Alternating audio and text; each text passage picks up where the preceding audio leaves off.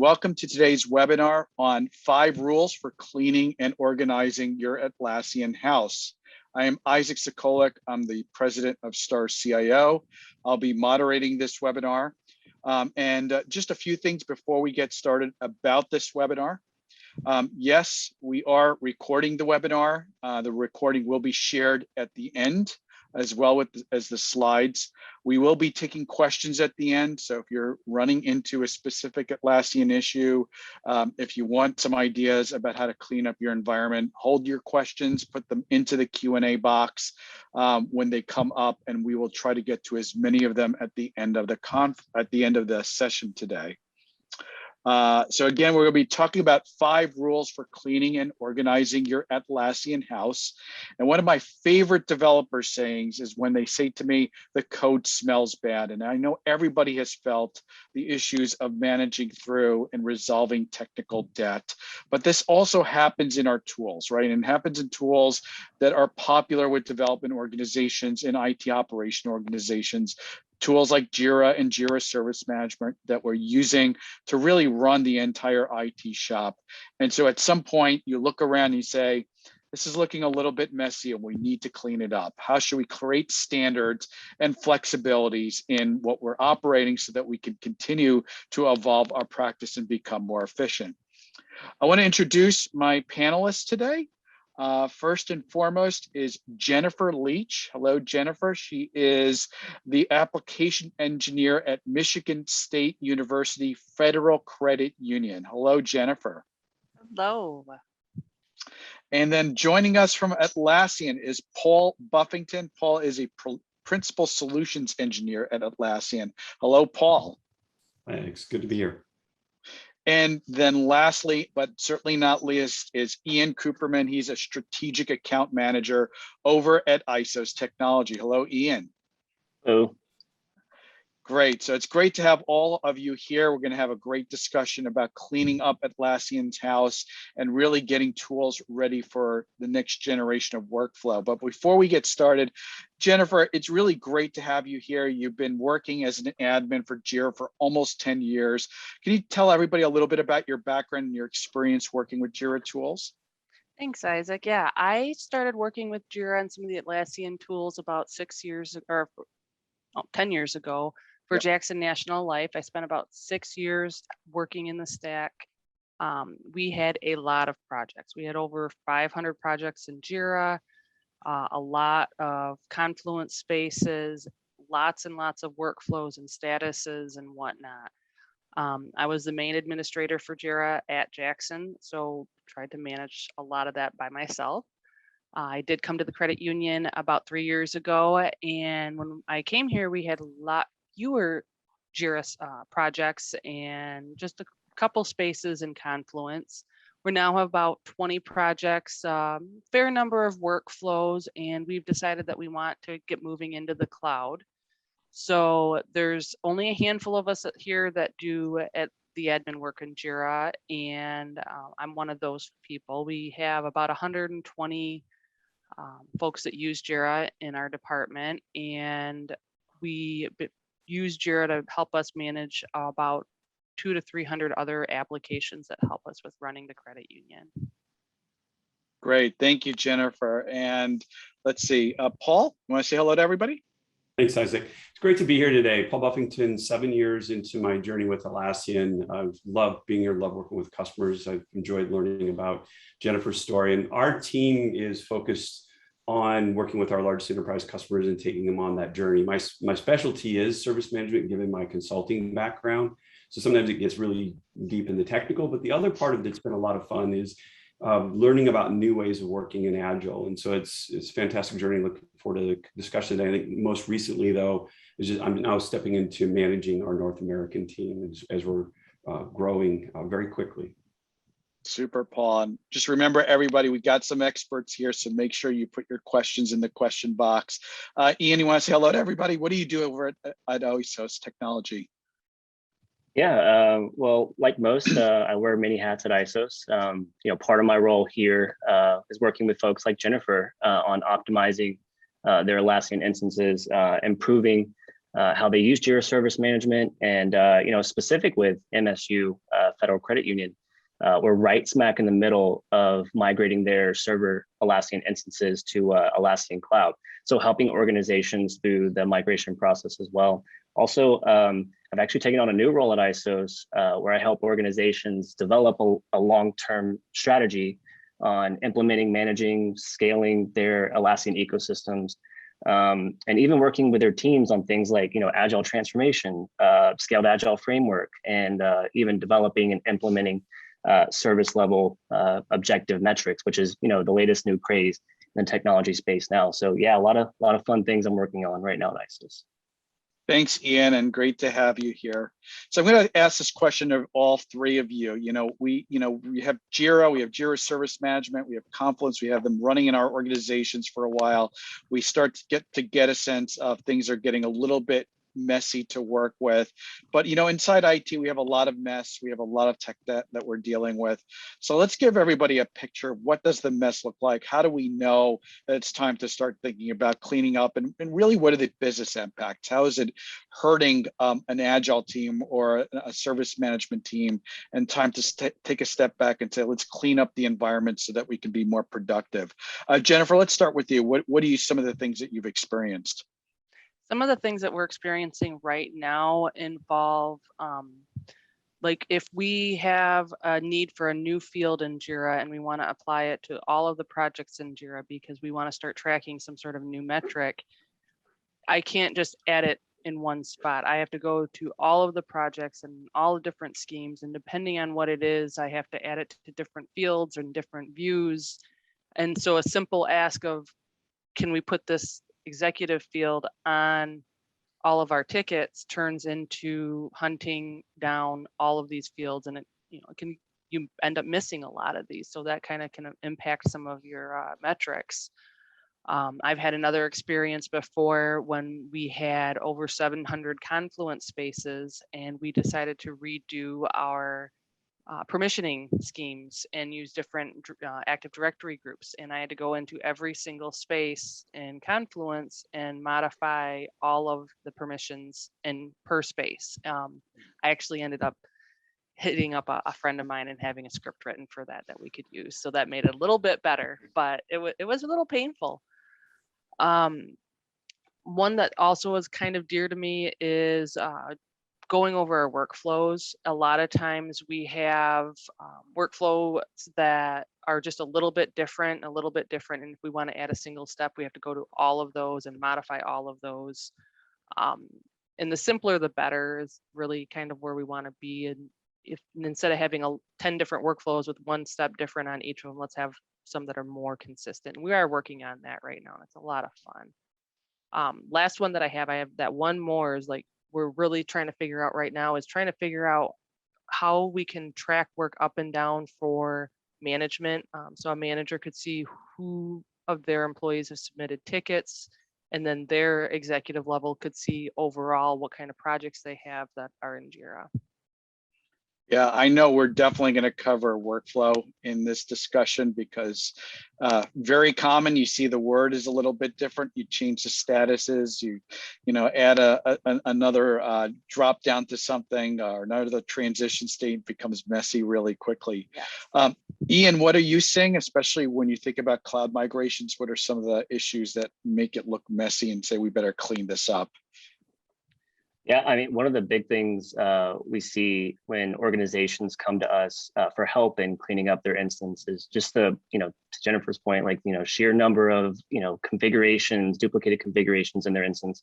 We'll see hundreds of workflows, for example, in the instance that are basically the same workflow with little nuances here and there that were, probably implemented most likely because there wasn't a solid governance process in place, or you'll have 20 custom fields that are some variation of, the priority field. So this makes for obviously a messy situation. So I guess the next question is, well, why does it matter? We got a dirty instance, so what? Well, why do we keep our houses clean, right? Why does my wife spend an absurd amount of money at Target buying organization supplies to keep everything clean and organized? It matters, right? Because if the tool that your team uses is unorganized or cluttered, and not well maintained, it creates the confusion. It has potentially performance and latency impacts, makes it challenging to scale that tool. So without that standard way of implementing projects, establishing workflows for each type of project, your team will inevitably march to different drums, which makes it difficult to understand where tasks are, all the way up to the organization's initiatives, where everything will be out of whack. You're not going to understand the life cycle.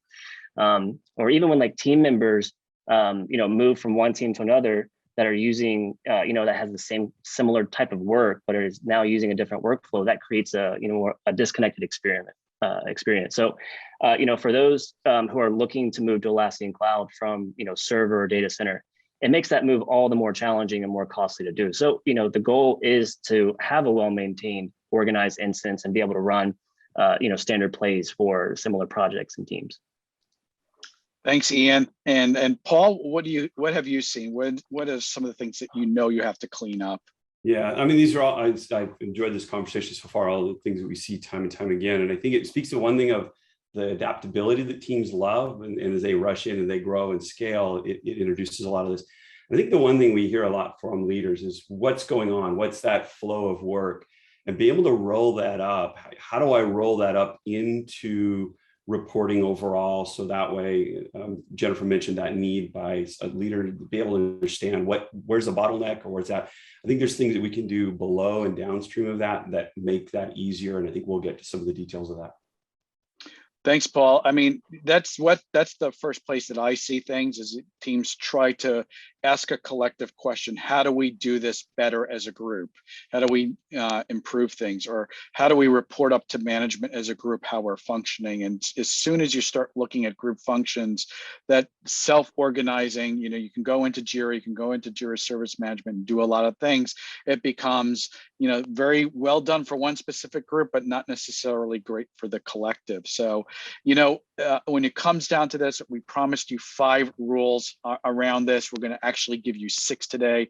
Our first rule is really define metrics for what is messy and when it's time to clean up, right? What are some of the things that you're going to look for? And, a lot of the things that you can do around looking for these rules is look at, ratios. What's the ratio of number of projects to number of people, or number of workflows to the number of projects, or the number of fields that you have customized for the different screens. So once you start seeing an unwieldy number of metrics and growth factors around that, then it's probably time to take a step back and say, is it time to clean up? Or maybe you're looking at metrics on usage, right? Metrics that are telling you we have 30% of our projects that haven't been used in over 6 months. Maybe it's time to clean that up. So just a couple of good indicators to say, what, it's time to focus on Jira or Jira Service Management and clean that up. But when we get into this, everyone, one of the things that I think about is, this Pandora's box of, how much do you open up Jira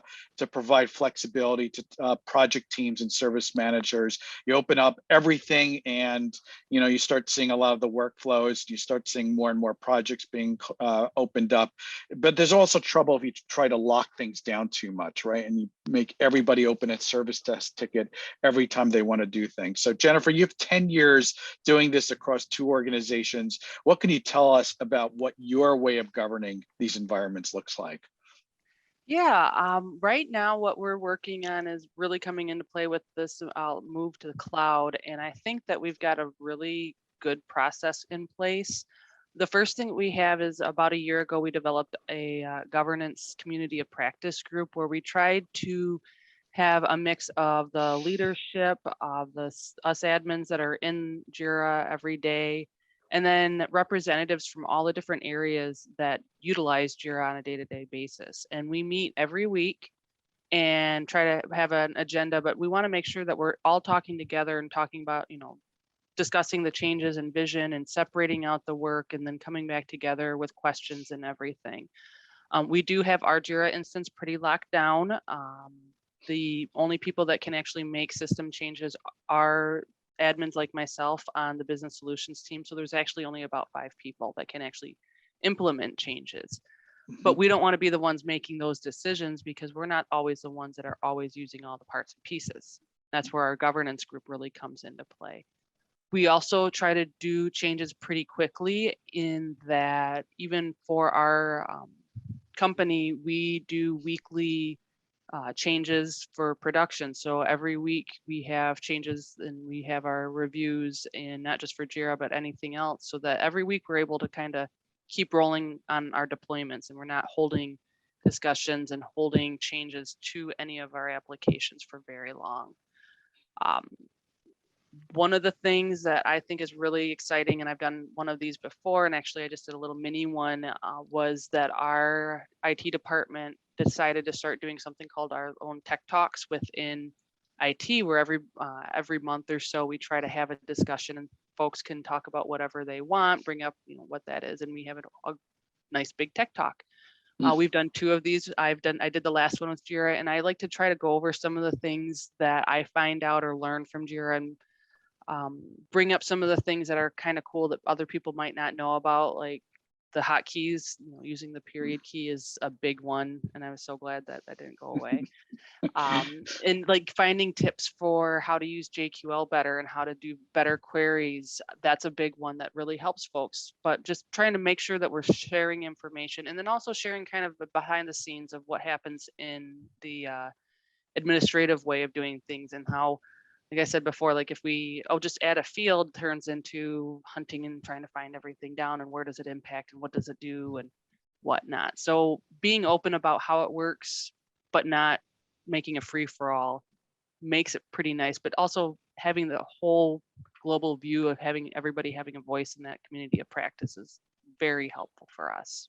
Jennifer, I love this definition, this name of community of practice group. Yes. I mean, I work with a lot of CIOs, and the CIOs are going to be erring toward more putting governance and structure and standards in place. But quite frankly, nobody really understands the word governance, and people get scared of it. But this notion of community of practice group really speaks to just how Atlassian's tools are configured. How are you going to use linked issues, and what's the right way to set up a workflow for a Kanban the first time you're doing this, and how to think about services. Paul, maybe you could jump in here. As a representative of Atlassian, what is your recommendation? What is Atlassian's recommendation on how to best either lock down or open up Jira? Yeah, it's a great question. And I think it gets a little bit to the culture side of things as well in an organization that we're seeing transform. And also, and then I'll get to the tool. I go back to a Forrester report. I think I read it last year of we're in the age of the knowledge worker. Today, what is really moving everything forward is what kind of information and knowledge do we have that we're contributing? And years past, things were very kind of locked down because we're concerned about security. And then there are areas like M&A, HR, security, certain areas that it's sensitive information and it's need to know. But the vast majority of information flowing in an organization, it's great to bring people in that. And so the Atlassian products ship open. We work openly. I just was on a page that one of our founders had, and he had he was looking for feedback across the company. I was just loving the insights and the feedback there. And it was a topic that people should be informed about or may have perspectives. He was valuing it. So I think there's areas there that they can bring this in culturally. And I love Jennifer's ideas. I think the other side of this is the ease of sharing information. I'm a part of the organization. I want them to know what we're working on, and being able to, those practice areas that teams specialize, that's a communication open across teams that opens up better visibility, understanding, and really a shared understanding. Well, that's great. And one thing to think about here is I like the idea of having an open discussion around culture, right? What does it mean to have an open system? And then one of Jennifer's ideas, I mean, when you want to filter down to the information that's relevant to you, but still have access to everything, that's a great place to be using things like dashboards and understanding how to use JQL and saying, this is the information that I really want to look at. Ian, can we add one more dimension to here? Can we talk about cleaning up before cloud migration? I know you guys do a lot of those. What are some of the things that we've talked about before in other webinars, but just a couple things to highlight here in terms of cleanup and lockdown? Yeah, well, first off, I think a pro tip here, before starting any cleanup initiative, always perform a backup. I unfortunately learned that the hard way at a company prior to ISOs. It wasn't pretty, a lot of weekends of cleanup that I had to do for that. So do a backup. Once that backup is done, look at your configurations. Are there any workflows, fields, schemes that aren't being used? If they aren't being used, they can go bye-bye. No reason to have that clutter. Next, and what probably is what's going to take the longest, is to comb through all of your configurations. This is something that Jennifer and her team has started doing, is trying to figure out ways to look at those configurations. How do we apply more of a standard around those things and then consolidate down into a smaller set of workflows and configurations? And performing this type of cleanup, especially before migration, will definitely make that migration a whole lot easier and will likely save you guys a lot of dough. Thanks, Ian. And I'm seeing a great conversation happening here in the chat, and just remind everybody, we're starting to get some questions in. Definitely ask us your questions about where to lock down and how to clean things up. But this brings us to rule number 2, right? Really create a functioning group that's actually going to help you decide where you're creating standards. I love the idea of community of practice group. It's really there not only to just share knowledge, but just say, it's time for us to think of a common way of doing things, or how do we consolidate a screen down, or how to consolidate a workflow down. And that's essentially your group to really start driving change management. I think there's a question in here already about how do we do this, but if you bring the group in right up front and saying, let's tackle this problem together, let's understand why we're doing this, I think it can make a very big difference. Now that you have your governance group, you're starting to look at dozens and lots of workflows. I'm just trying to understand how to actually think about creating some standard workflows and only a few derivatives. And let's shift gears and talk a little bit more about Jira service management and having a service mentality. Paul, can you help us here and understand some of the best practices around this? Yeah, great question. Thank you. I think the one aspect, the power of Jira is I have work I want to track. I can get in and get going very quickly, workflows, fields, and all that. And we focus primarily on the issue type, or I can call it ticket type. I think that there is an area there, but one of the things that we've really started to shift towards, and we've seen this trend, is what does that connect to in the organization? If I'm a service team, deep in I&O, somewhere else in the business, I'm a marketing team. I actually was working with a trading desk recently that was a connection of a externally facing sales team and what they were doing and connecting back to I&O. We want to connect that around the services. The services layer brings that level of focus so the team can now have that perspective of, okay, I can start to standardize. I can start to follow the types of tickets that would follow this flow. And so it's something we added to the product that makes it very easy. One customer that was moving over from on-prem to cloud, this is a major newspaper in the EMEA. They actually shifted and were going to focus on that first coming over, so that it gives them that I think the guidance that they need. I think the other part of this, then downstream, it'll refine so a lot of the workflows, data that you'll track around it. We've added pro forma, making it easier to manage that data. I'm so glad that we've added that form builder in that make it easier at the team level.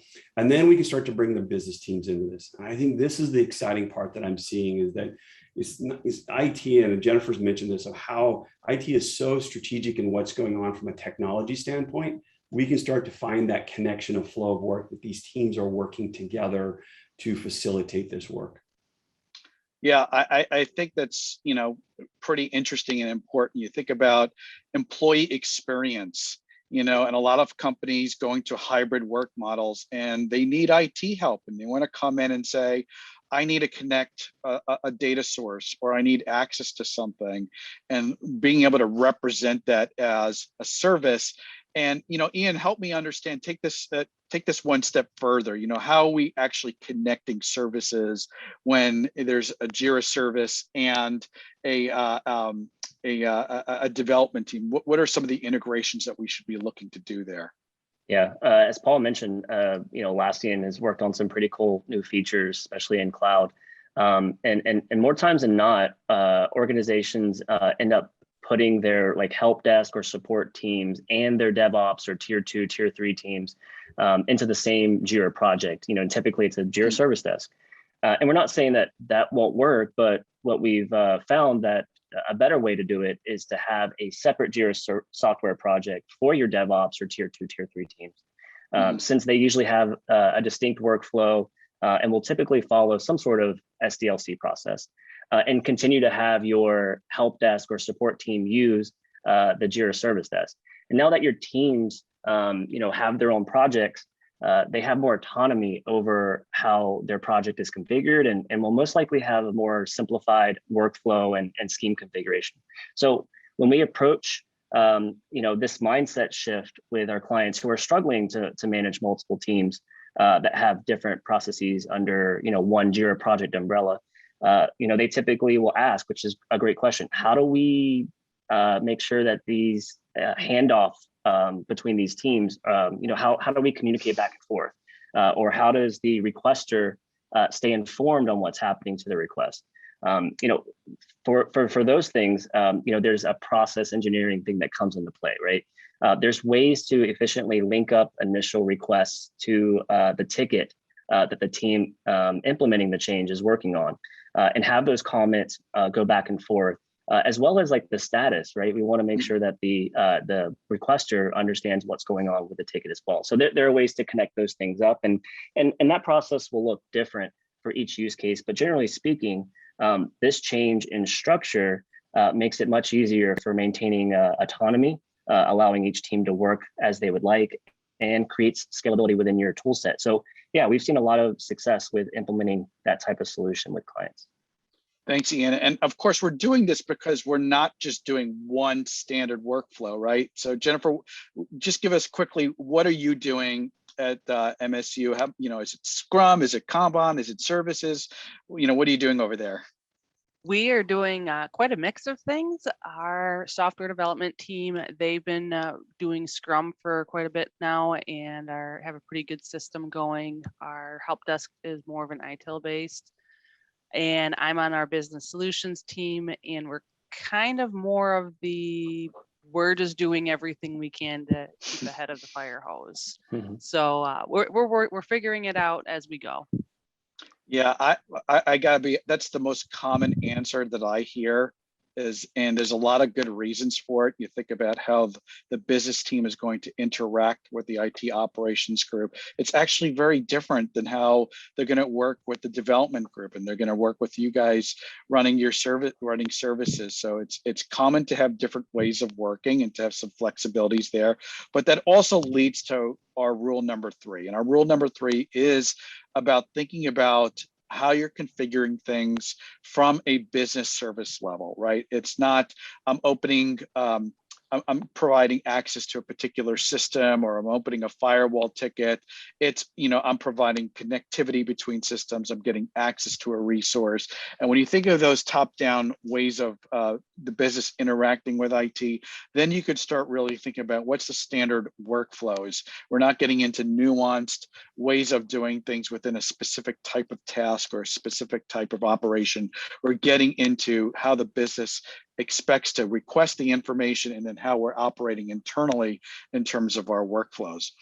Now we're going to shift our conversation, right? We talked a little bit about Jira and Jira Service Management, but so much of the reason about cleaning house up is we have medium, larger groups. We're growing our usage around our different practices. And now we want to be able to start creating some standard metrics and KPIs and reports. And as Jennifer noted earlier, it's really hard to do this if everybody's using their own different fields, right? And there are no standards around the projects and around the services. So Jennifer, what are some of the metrics that you're looking at that are really the sort of the backbone behind how you're standardizing things? Well, the first part that we're looking at is we want to see in IT department who is working on what their bandwidth is, what teams have things in the works. Is it, do we have a lot of tickets coming through to business solutions versus software development? The other part that we really want to keep an eye on is for our key metrics for what kind of work are we providing to our credit union. Are we spending a lot of time, or are we not spending time on our mortgages department or the loans, or do we need to give a little bit more bandwidth towards our cards processing, or just the different areas and what we're doing in some of our core values as well? Like, are we making sure that we're doing enough for our community, and are we doing, are there things that we need to spend a little bit more time, or we're a little too heavily focused and we need to spread things out? So that's where we really want to start being able to track that a little bit better. Yeah, I love that because, there are times when you do need to double down and provide an area of the business a little bit more service, but you're never going to be able to see it unless you're tracking it in a standard way. Now, Ian, when we talked about this, you used the word template as a way to create some structure. Can you describe what ISOS is doing around templates here? Yeah, well, I actually like to use an analogy of a football playbook. I coach my boys' flag football team, and we have a playbook full of plays that we run. Each play is run based on a situation we're in, and every team member knows the play and knows where they need to be in order to execute that play. So I think we can apply that same thought process to our tooling. Most organizations, they have set project types, like a group of similar functions that each project fits into. So why not create a standard template, a playbook for these project types so that it can be used whenever a new project is spun up. And when you align teams that are performing similar work to a standard way of doing things, it reduces the number of customized schemes. It aligns the teams on a standard way of performing the work. And it even makes life a lot easier for the PMOs or the folks that are rolling up the reporting because we now have statuses and we have fields that mean the same thing across these projects and teams. So yeah, really useful exercise to go through and map out similar project types and then align those projects to a playbook or, to your point, a template. Thanks, Ian. And Paul, I find some groups that have no metrics, and that's a problem. I have other groups that have hundreds of metrics, and they're struggling to figure out how to measure them and how to respond to them. Maybe give us two extremes, right? If we're starting with services and Jira Service Management, what's an easy KPI to start with, and what's one that most groups should really aspire to? Yeah, great question. I think because you get the service focus, you then are focusing on what you're measuring against. I think of the book, What Matters, and that.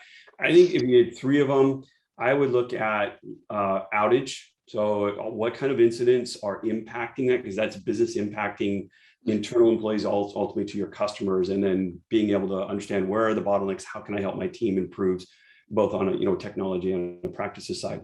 The second one is really interesting. We're seeing this quite a bit is lead time. Now, we've talked about lead time. It really is being influenced by the DevOps world and how they've improved that shipping code faster flow of work. IT is moving that way, but as well as service organization, there might be a marketing and sales component as this new offering goes out to our customers. Jennifer has mentioned some new offering from the bank, and there's multiple teams in that. What's the lead time on that? Can we take that lead time down and improve that value getting out to our customers? I think the third one is CSAT. What is the overall satisfaction for those we support in the business?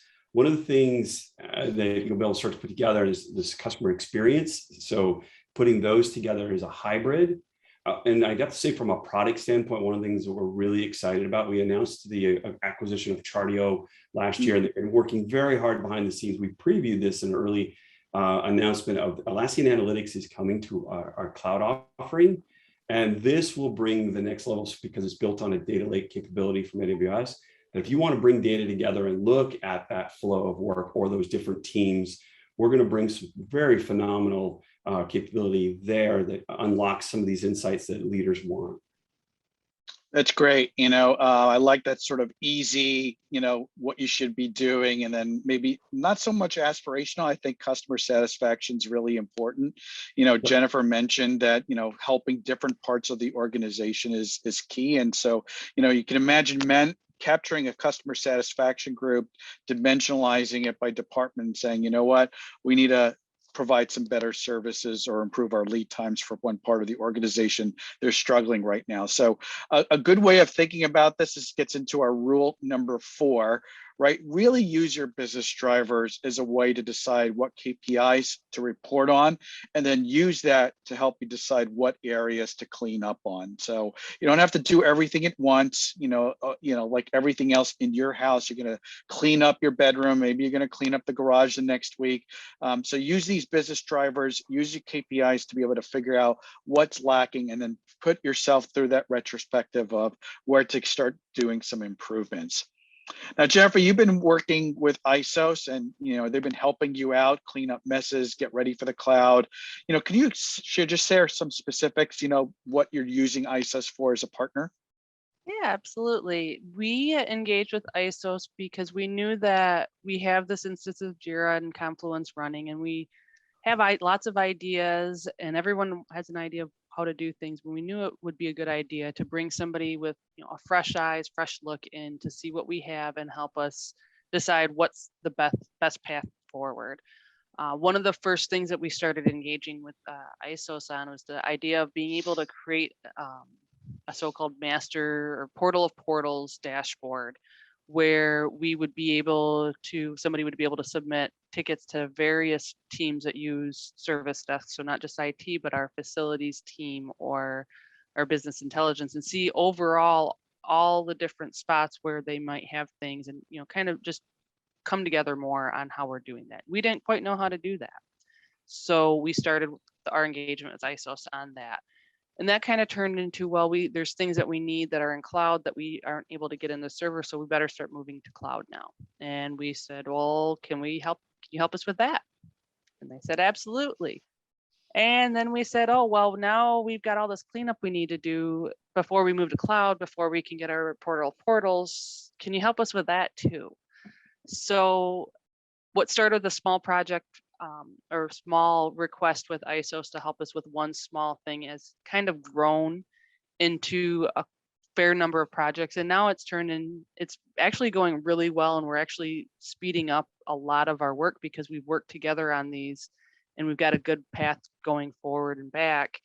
And I do still send some very random things over to Ian of, I'll try to take a stab at trying to figure out how to do some Jira automation, and I cannot figure out how to get one certain custom field to actually populate an automation. And I'm like, why, Ian, why? And then he looks at it and he's got it in 5 minutes and sends it right back, and I'm good to go.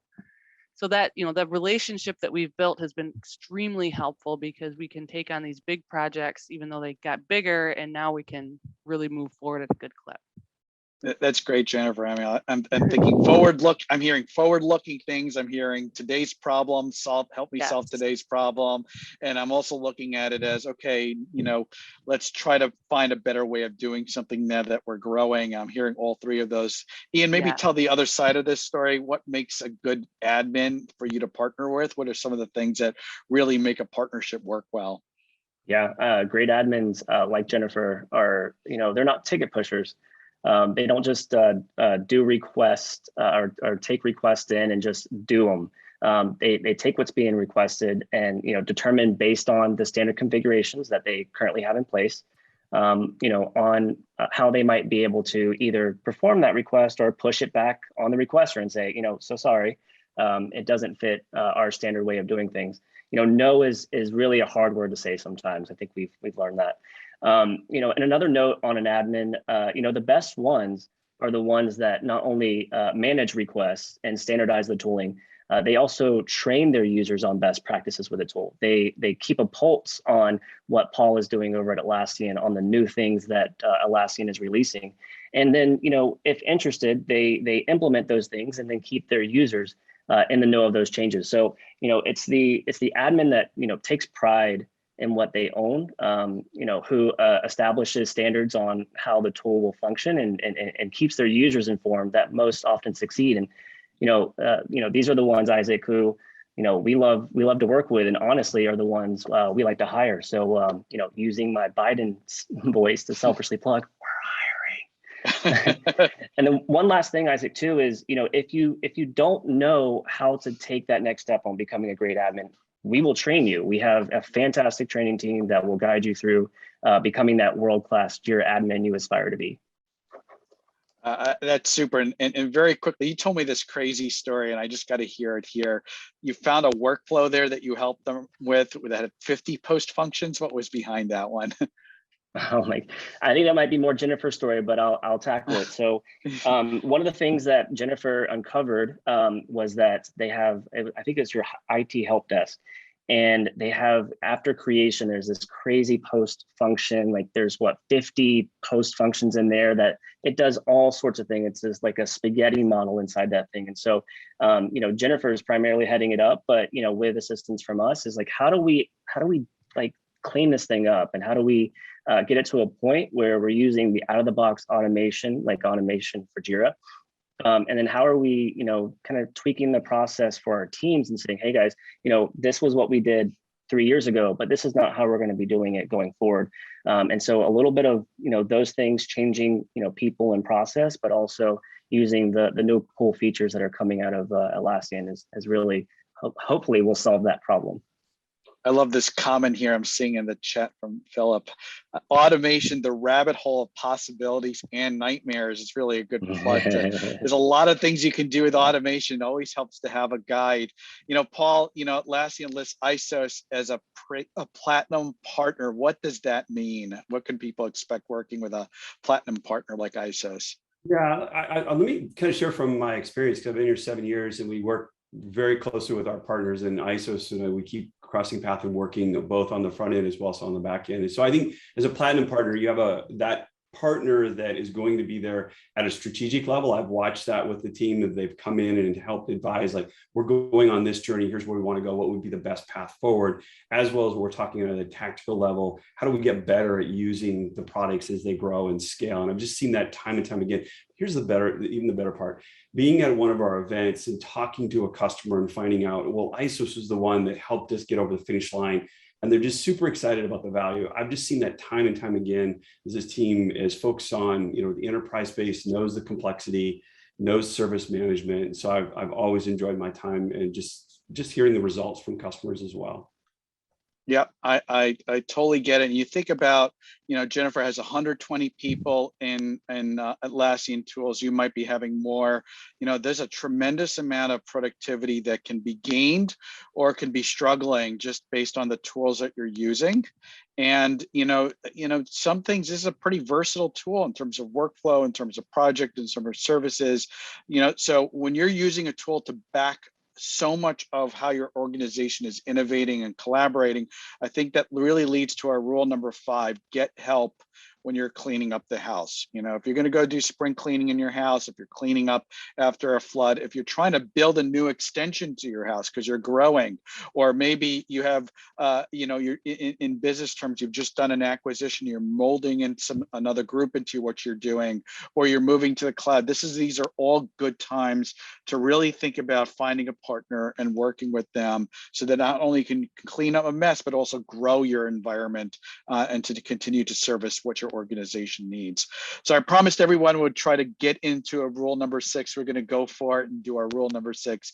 Jennifer, you don't want hundreds of Jira projects again. You certainly don't want hundreds of services, but it's really not that easy to do this in practice. We're talking about, tell me a story about how do you actually make this happen? So this is where, like, I might work on something that is an application that has lots of things out for other departments. Like if I'm working on changing Jira or something, I have parts that are specific to software development, or I have components that are being used by service operations.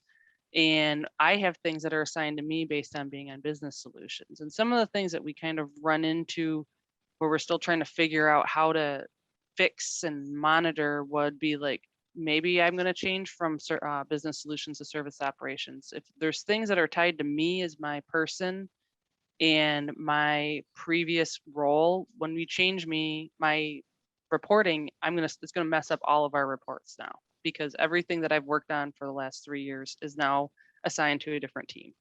Mm-hmm. And it gets a little bit messy, obviously. So that's one of the big things we're trying to work on, is how do we make our metrics a little more fluid and a little easier to manage the people as people move, and making sure we're not going to break everything if anything changes, and it's not this fragile house of cards. That's where we have a struggle. I got it, Jennifer. I mean, this stuff isn't easy because we're trying to help the people doing the work to do their collaboration. We're helping the people onboard work to them. And then we're also helping the executives understand what the status of all this work is. And so we're serving at least 3 different personas in here. And so Paul, help this group understand. We have tools like Jira Service, we have tools like Confluence and Jira software to actually do the work. And now you have advanced roadmaps and Jira Align. What are those doing for organizations? Yeah, great question. I think we were talking about big picture to visibility, and metrics is one aspect, but there is that work that I'm doing and executing on. And so Atlassian is making an investment across the space, that understanding of the work at a team level and executing Jira advanced roadmaps are a phenomenal feature that we've brought in a lot of enhancements. So I can understand what is the picture at this time. So if I'm a leader over that team, I'm able to understand that. And then as I start to look at a large organization that is team of teams, they're Scrum based or they may have embraced SAFe, I now can start to look strategically big picture across that. If I turn this dial here and this team changes, what's the significant impact, or what do I need to change from investment funding? So it can be looked at from an executive standpoint. I've seen and worked with customers closely around Jira Align and the value they bring, and it's part of the journey where you're on. And I think this lines up to that journey. Great. And Ian, I'm going to give you the last word here. We started by saying, look for opportunities. When is it important for organization really looking at strategically taking their environment to the next level? What are 3, business issues, business opportunities that come up where people are coming to ISOs and saying, help us do this? Yeah, I mean, they're looking for, hey, generically, we just need to clean up this instance, to Paul's point, hey, we have to make a change. We have to change that dial a bit. And then, Jennifer, as the admin, has to come in and say, well, changing that dial is going to take, 6 weeks or 6 months of actual work to do that, because we have to do it across all of these projects. And so, they come asking, for that. They'll ask about the, what does it look like to migrate with mess that we have so far? We'll talk through that. And I'll say, to be honest, Isaac, I mean, any admin can clean up a Jira instance, just like, anyone can clean up their own house. But that doesn't stop people from hiring a cleaning crew or, binge watching, Marie Kondo, right? So I think what ISOs can bring to the table is the experience, best practice and ways to standardize based on how the organization uses the tool. And for sure, a faster, more efficient way to get the job done. And we don't just come in and clean up and leave.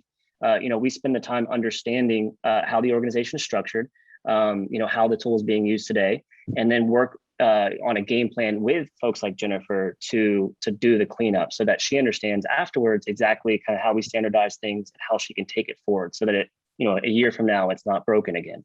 And so also, through our years of experience with performing, all types of migrations, we know exactly, what cleanup levers to pull that will make a migration to cloud much easier. We'll target the quick wins and also the wins that have the biggest bang for the buck. So, if you're an organization that's, for example, has just acquired another company, and that uses Atlassian tools, and you're looking to consolidate to one instance, or if you're an on-prem instance and you're seeing all the cool new features that Atlassian is implementing and think, this is something my team could really benefit from, we can help guide you through that consolidation efforts or the decision-making process of moving to cloud. And once you're at that point, we're ready to jump in and help you guys out. Ian, I think there's some really good points here. I want to make sure people hear, right? You're really bringing your organization to the next level of execution. You're starting to think about standards. You're starting to think about KPIs. That's a great time to start cleaning up. Number 2, I'm hearing about moving from on-prem to the cloud, or maybe you have multiple instances in your environment that you're going to bring together. So that's sort of physical. I have 3 houses. I'm going to bring them into one, and I'm going to move my house somewhere else. That's another good reason to be working with you guys. KPIs. And then, a lot of companies are going through M&A right now, and they bring a team on that's maybe not on Atlassian tools, or maybe they are and they have their own separate instance. And now you have 120 people. Imagine this, Jennifer, you have 120 people, and now you're going to go to 220 people next year. That's what I want to hear from you guys when we meet again next year to do one of these. So one bit of piece of advice I'll leave on this is rule number 6. Really think about structuring the work in terms of how people are actually doing the work. So there's an onboarding experience to be able to get work into the systems. And then there's teams, there's services in terms of being able to get work done. And you have to be able to flip back and forth between those two extremes to be able to say, here's how we're going to make it easier for our business and for our end users. And here's how we're going to make our teams and our services and our DevOps organization a lot more productive in being able to work together. I'm going to go through a summary of our 6 takeaways or 6 rules around cleaning up your environment. I want to remind everybody we do have some time to ask some questions, and there's a couple of them here. So if you haven't gotten your question in, please get them in. But 6 things to help you take away. Number 1, define metrics for what is messy. That's going to help you decide what to clean up and when. Number 2, create a governance group, and I'm going to forget what Jennifer called it. Jennifer, you called it a community practice. Yes, please take that away. It's a much better name than a governance group. I think you'll get a lot more people on board with it. Define your business service levels. Remember, if we want to engage our organization or run hybrid working and employee experiences, they have to know how to onboard and make their requests. And so start your service levels from the perspective of the business, and then create workflows in terms of how you're actually creating work. Use business drivers to create your KPIs, and don't overly engineer them or under engineer them. Pick the things the business is servicing and saying these are important, and then use those to set up your KPIs.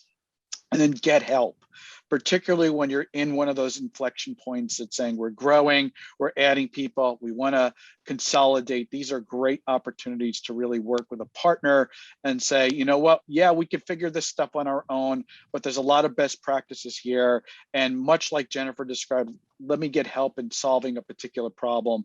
ISOS and the team there, Ian, are great people to work with when you actually want to go and clean things up. So just our summary here today, I want to tell you where you can get some more information around what we've been talking about. So first and foremost, if you aren't using Jira Service Management or you're new to it, ISOS has a great white paper on modern ITSM solution for an evolving IT landscape, and I do a lot of talking around that. You can get that at the URL that you see below, isostech.com/JSM-white paper. And then one of the things that we actually wanted to cover here but got really detailed, I turned into a blog post that shows up on the ISOS blog. It's how to clean up projects in Jira software, right? So if you have hundreds of projects and you're trying to decide what are the best practices around consolidating them, but when is a project and how to use a Jira project, I have a great post around that, and you can get there at isostech.com/clean-your-Jira. So again, thank you everybody. And let's get to some questions. There's one here. I'm going to start with this one. Suggested practices for change management, old object cleanup on workflows, and going into schemes and similar. Jennifer, how do you feel about answering that one? You know, you're bring your group together. Let's put together your group, and you're saying, let's go and use one of Ian's templates and take 4 or 5 workflows and bring it together. How do you get people to really take their existing project and adapt them? So that's where our community of practice really comes in, because we have those folks together and we already are working on things. And when we did go through this, where we had Ian develop a new workflow for us, we did meet, and the various teams that were going to be affected by that, we walked through existing work that we have. We went through some of the previously deployed changes, and like, does this fit? Or like, how, if we're changing, how much, whatever is being changed, like, is it too painful to make that big of a leap, or is it just a little tweak that we can modify, or like we can adjust to that? And I think that's a big thing, is to approach it as a team and go through it together, and not just pitch it and say, this is what you're doing. Great. There's a pretty technical question here. I don't know who can answer this one, so I'll throw it out there to everybody. And if we don't have an answer, we're going to have to come back to them. What is a good way to clean up AO tables? Anybody know an answer to that one offhand? Not really, but I know what they're talking about, the active objects tables, and those are installed as part of plugin. So when you install a plugin on Server Data Center, you get this table that comes in with it.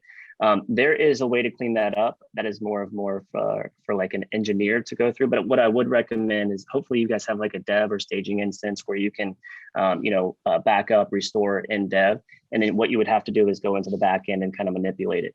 That is something that I think, Paul and Atlassian are, they kind of go against, where it's like, hey, if you guys touch the back end of the instance and you mess it up, and you're not supposed to do that. So, but there are ways around it. I would say, recommend, if we can, Isaac, reaching out to Boris and helping out there. Okay. And Isaac, one other thing along this line of the investment from us, I'm going to answer a couple of questions in there. Is this management of this environment?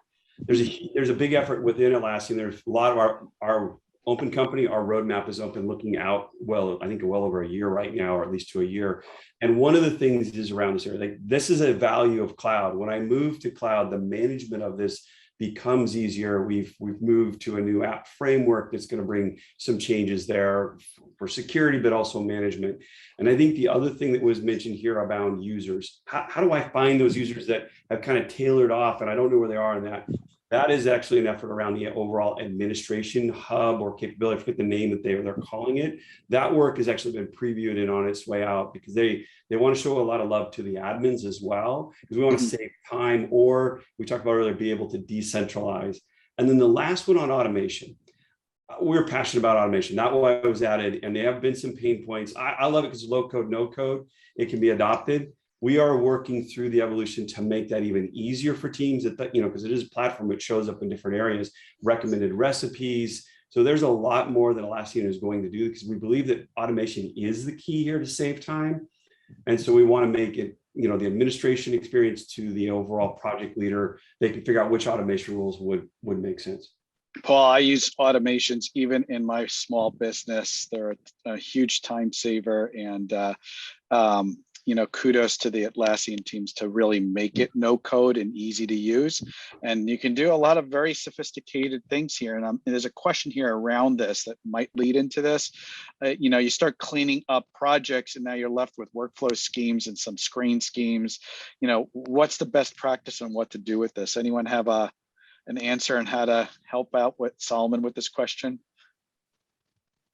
Yeah, I'll take a stab at it.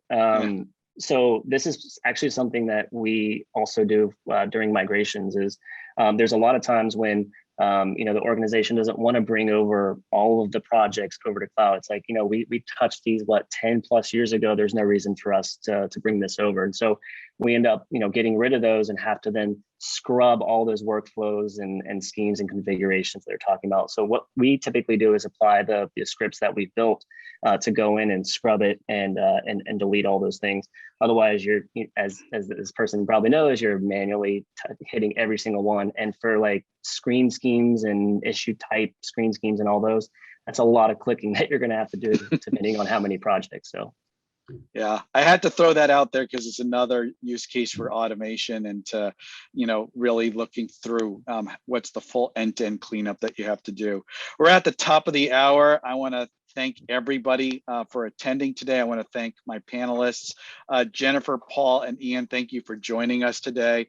And please do reach out to ISOS Technology. How can they help you? If you are thinking about a migration, if you're thinking about cleaning things up, if you're going through acquisitions, or if you're just trying to create standards, or just like Jennifer described, I just need somebody to tell me what the best practice is here. Speak out to your ISOS Technology representative for help. Have a great day, and thank you for joining us today for this webinar.